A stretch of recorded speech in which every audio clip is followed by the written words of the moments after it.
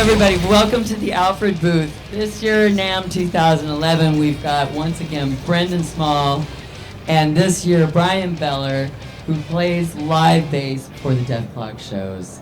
Welcome back. Thanks for having us, Kate. Thanks for having us here welcome. at NAMM 2011. I gotta say, I've been here for a very short amount of time, and I'd really like to go home as soon as possible.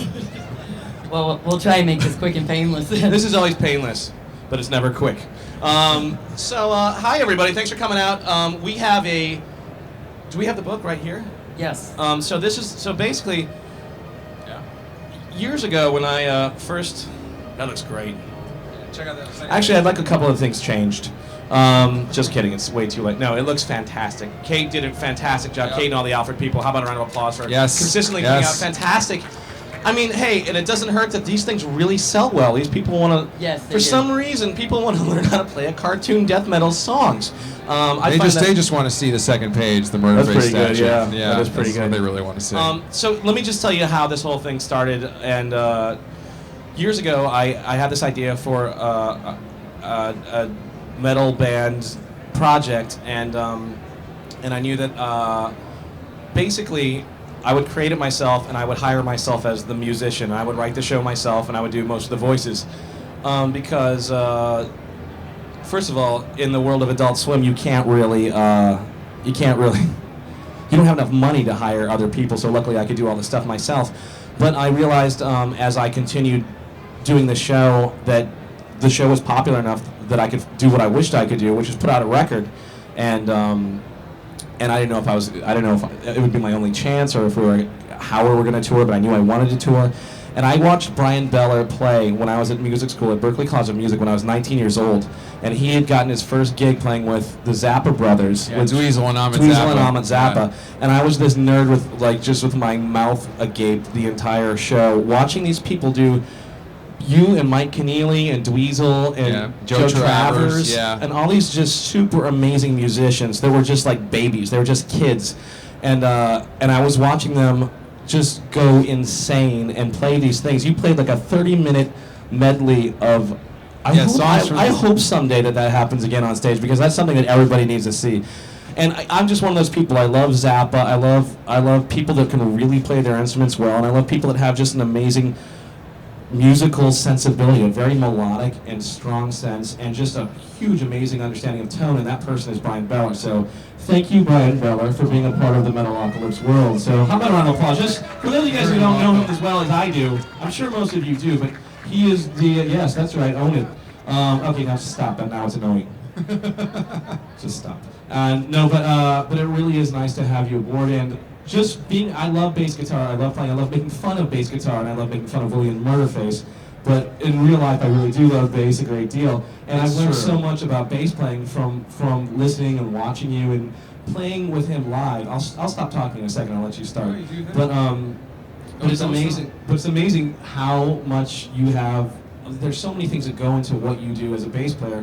It's the technique, it's the tone, it's the understanding of live playing, and then just melodic bass playing that you do. One of the other things that, and this is the thing that I think was interesting to do, was when we started playing live, I would record probably 6 or 7 to 12 tracks of guitar and do all these harmonies and all the double rhythm guitars and all that stuff. And playing that live, I knew that I wanted to have a bass guitar. I would probably be doing the singing, because that's what I do. And again, singing is a stretch, what I do.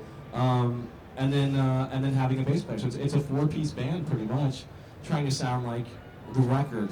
And what we needed was Bryan to basically do the work of a guitar player and six guitar players. Of 6 guitar players, and do it at the same time. And that was his challenge. So talk about how you started approaching that. Well, it was interesting. When we came into the first rehearsal, and I heard the records, we would come in, and I'd come in and I'd be like, okay, I think this is what the bass lines are, but invariably, I thought that the bass was doing more than it was doing on the actual record. Yes. And so, Brendon actually, he didn't always remember exactly what the part was on the record anyway when we were getting in the live rehearsal, because, seriously, because... seriously, I forget every single thing that I've ever played before. I have to. It's like me and guitar is like the movie Memento. Like I should have a tattoo in my arm. You are a guitar. I am. I play guitar. Yeah. What am I doing? Why do I have this thing in my lap?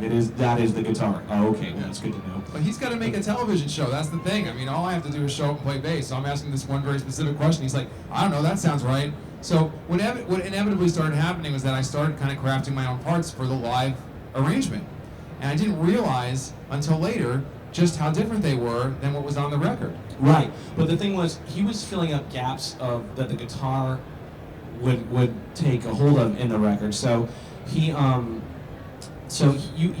had this whole like your pedal, like you got your pedal, you got your rig, and this thing is just when you play with him live. There's this whole, if you step like 2 feet to the left from center stage over to where you are, there's this gigantic pool of bass frequency. It's like stepping into a room with just like soup, like big, like a clam chowder, like a New England style clam. No, I love clam chowder. But it's like a really great, like that. Yeah, I would say you are one of the best soup makers of bass guitar alive today in America and the United States. It's going in my amplifier ad. Some of you are falling asleep, some of you are checking your text messages, but I think for the most part you're really enjoying this. No, you know, the pedal, in terms of the sounds, you know, I have 3 different overdrive pedals on there. There's like one for basic all-around sound. I hardly ever play clean. You know how metal is with bass? It's the opposite of regular stuff. You use overdrive all the time, except for breakdowns, and then you go to clean. So I always have a basic overdrive on, and then when I've got to play like super rhythm guitar, like when they're doing like a dual harmony break, him and Mike Keneally or something like that, I'll turn on a really thick overdrive and I'll hit an octave or a chord and try and fill up as much space as I can because there's only 4 of us up there. And a lot of times those parts kind of became institutionalized in the songs. And it sounded much cooler than anything I had done before that. It sounded great. I mean, it doesn't sound that great, but it sounded pretty good. I knew this was going to be I know. I'm making it difficult for you. But you know, one of the things I learned, because I was talking to the Fear Factor guys, because Gene Hoglan and Byron Stroud and all those guys that were, you know, because Gene was playing with me on the first record, and what he told me, he said, like, listen, man, you don't have to play that thing as busy because the double kicks are going at, you know, 16th notes, and they're just flying, and you play like basically what you would call footballs. Yeah, exactly. It's like big long things, and it sounds like because of the attack of the double kick, it sounds like you're going. Yeah, and it depends on the particular bass player who's doing it in the particular part. A lot of times, just because the guitars are tremolo picking, that doesn't mean the bass should be going also, because it's just going to sound like a big mess. Sometimes it's cool to go double speed with the guitars. There are moments where it sounds outstanding. Yeah, but you know that's the record. And when you're playing live, there's a different kind of phenomenon that occurs when you're standing out there and you've got to have low end making up for just only 2 guitars out there. And so I will do double time more often. Yeah. You know, and the sound, you can see, you know, it's working when the engineers out there going like. Yeah. So that some of that stuff is in here. That's the thing. Well, that's the cool thing about this book is that, like the first 2 Dethklok, I know you haven't even gotten a chance to ask a question. I had questions you've already answered. Oh, really? Okay. But we both went to Berkeley, so we'll just talk forever. Yeah, we'll talk forever. Problem, yeah.